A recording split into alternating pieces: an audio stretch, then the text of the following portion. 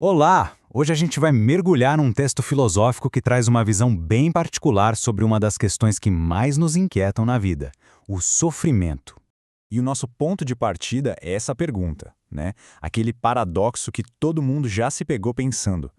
Por que a vida parece tão injusta às vezes, distribuindo alegria e dor de um jeito que não faz sentido?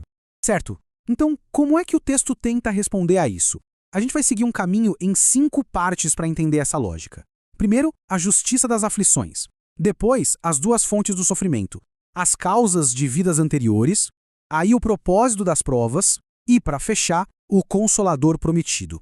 Então, para começar, a gente precisa encarar de frente o principal conflito. Como conciliar o sofrimento que a gente vê por todo lado com a ideia de um Deus que seria perfeitamente bom e justo? E olha que interessante, o texto já abre com essa passagem super conhecida: bem-aventurados os que choram. Isso já dá uma pista, né? Sugere que no próprio sofrimento existe uma promessa de que algo bom virá depois. E aqui o problema lógico fica claro. Se a gente parte do princípio de que Deus é justo, ele não poderia favorecer uns e prejudicar outros. Então, tem que haver uma causa justa para tanta desigualdade na vida das pessoas. E a solução que o texto apresenta para esse paradoxo é ousada. Ele diz que para encontrar a causa, a gente precisa expandir o nosso campo de visão, olhar para além dos limites de uma única existência. Em outras palavras, considerar a reencarnação. Vamos ver então como essa ideia se desenvolve. Basicamente, o texto classifica todo tipo de sofrimento em 2 grandes categorias, 2 fontes de origem. E essa divisão é fundamental para entender o raciocínio. De um lado, as causas atuais, que são, na verdade, consequência direta do que a gente faz nesta vida. Sabe? Orgulho, egoísmo, falta de cuidado, excessos.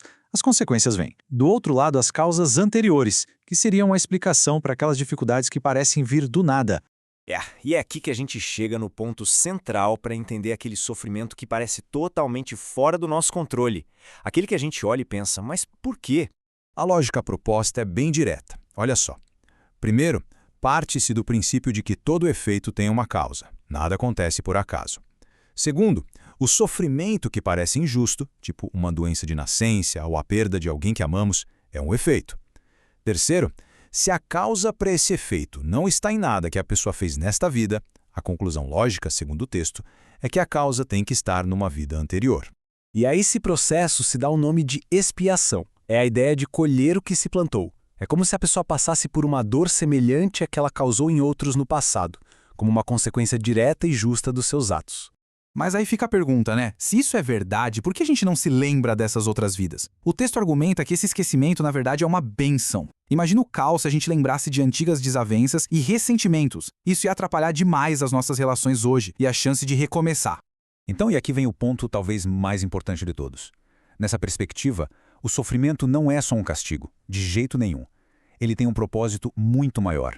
As dificuldades da vida, então, são vistas ou como expiações, que é basicamente o pagamento de uma dívida antiga, ou como provas. E as provas seriam desafios, muitas vezes escolhidos pelo próprio espírito para testar a sua força e acelerar o seu progresso.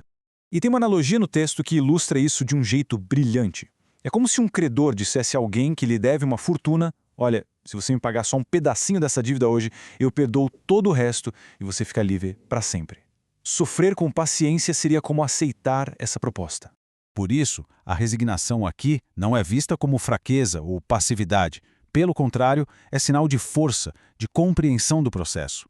Já a revolta, o desespero, seria como contrair uma nova dívida, o que só adiaria a quitação e forçaria um recomeço lá na frente. E todo esse raciocínio, toda essa estrutura de pensamento leva a gente ao último ponto, que é a conclusão de tudo isso: onde encontrar o verdadeiro consolo. O texto defende que toda essa doutrina, toda essa explicação sobre a vida e o sofrimento seria o cumprimento daquela promessa de Jesus sobre a vinda de um Consolador, chamado aqui de Espírito de Verdade, que viria para esclarecer as coisas.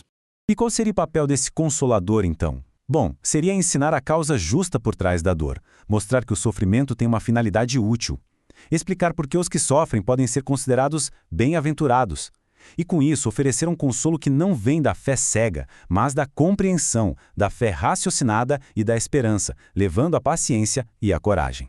Ou seja, a grande lição aqui é que a compreensão muda tudo.